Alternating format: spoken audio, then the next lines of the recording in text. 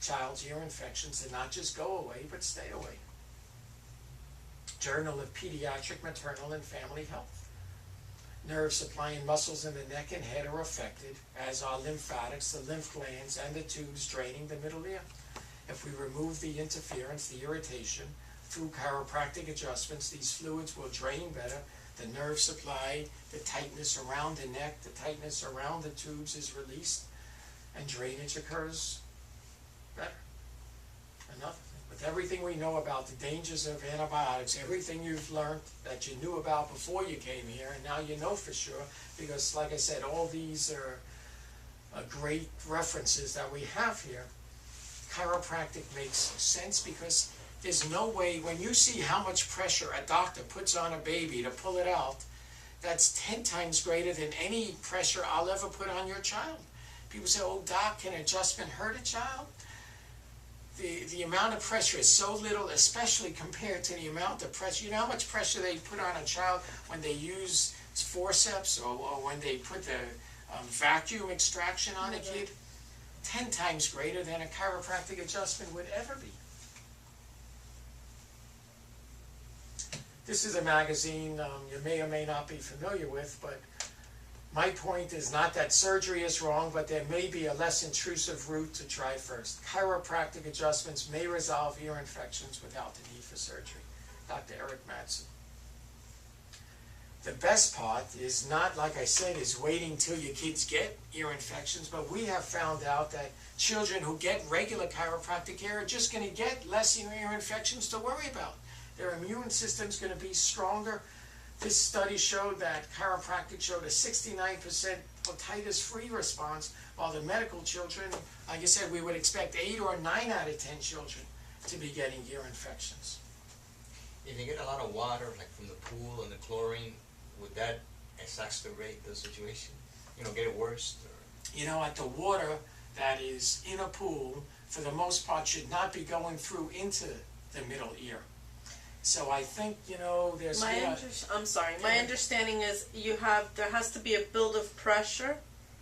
Like, for example, my son just got the ear tubes. He can bathe and go splash around in the water, and water can hit his ear, and that's not a problem. If he goes underwater, that creates pressure, then water will go in. So you have, like, he can't go scuba diving. He's only one, but he can. He can't scuba dive or go underwater, because then the pressure will because the hole is tiny. It's not microscopic, but it is very small. So there needs to be pressure in order for water to go into the middle ear. Yeah, certainly you don't have to worry about the kids getting their ears wet or anything like that. That's without a doubt not. The best part, again, is by getting kids healthier, there's going to be a much less chance of recurring. I mean, what could be greater than that? Whereas by taking the antibiotics we saw earlier, there's a greater risk that the problem is going to come back. Research shows that the immune system is under the control of the nervous system. The authors summarize that subluxations can negatively affect the body's immune system. What we've been talking about. Little vertebra out of place in the neck, but it's blocking nerve impulses, it's affecting the immune system, it's keeping your child from handling the stresses, the physical, the chemical, the emotional stresses that everyone has.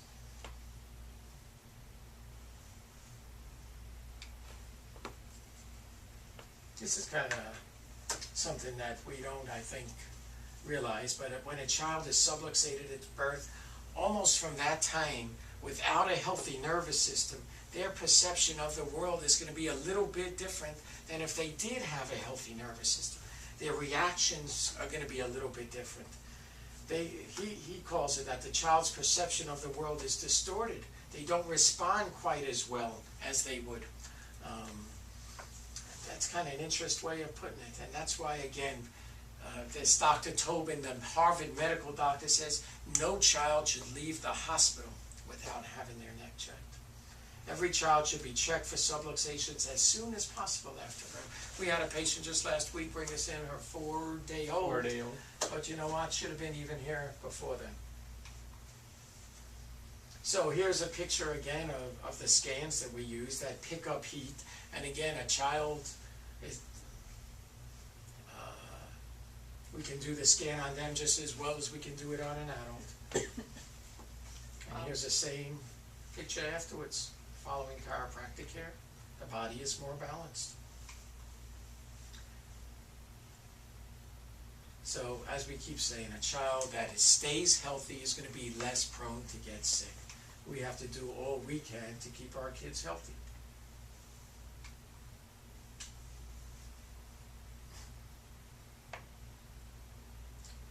I mean, all this research is available also. So, this is when people say, hey, gee, Doc, what's going to really happen when I bring the kid? Well, first thing we're going to do is check the spine. We're going to use our fingers. We're able, as you can tell, when I feel your spine, can I feel your spots? Can I feel your spots, George, when I check your spine?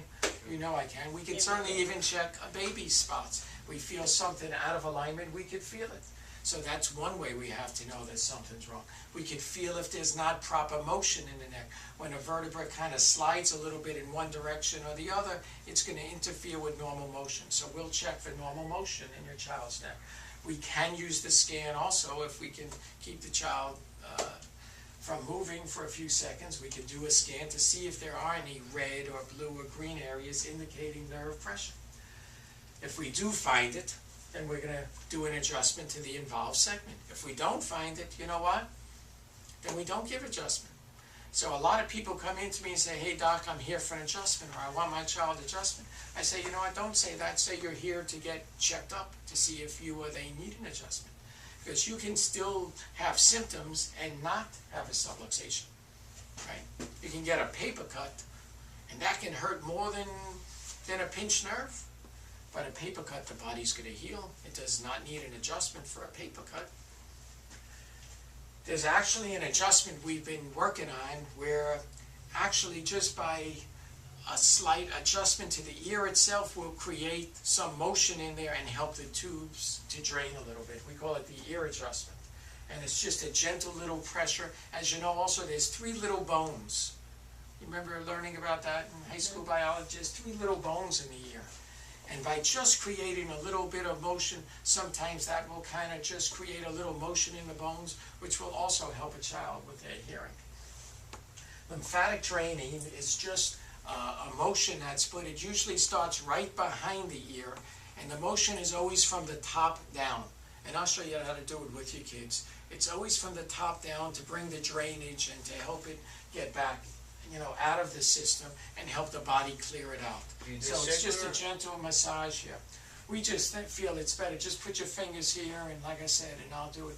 And it's a downward motion always. Sometimes you'll actually feel some lymph glands in their throat or your own throat. And again, we always want to kind of drain downwards. 2 other things that should be taken into account is that if your child is not eating quite as well, and you're giving them Teddy Grahams and things like that for their snacks. Sugar in the body weakens their immune system also. So you want to watch, you want to look at your labels and see what you're giving the kids. If you see something that ends with an OSE, then it's probably a form of sugar. And if that's the first ingredient there, then start looking for other boxes. Keep your kids off of sugar, it weakens their system. There are multiple vitamins for children that help get the B vitamins, especially in vitamin C. Those are the 2 vitamins that are most important because their bodies can't store it. So it's important that you give them a supplement there. And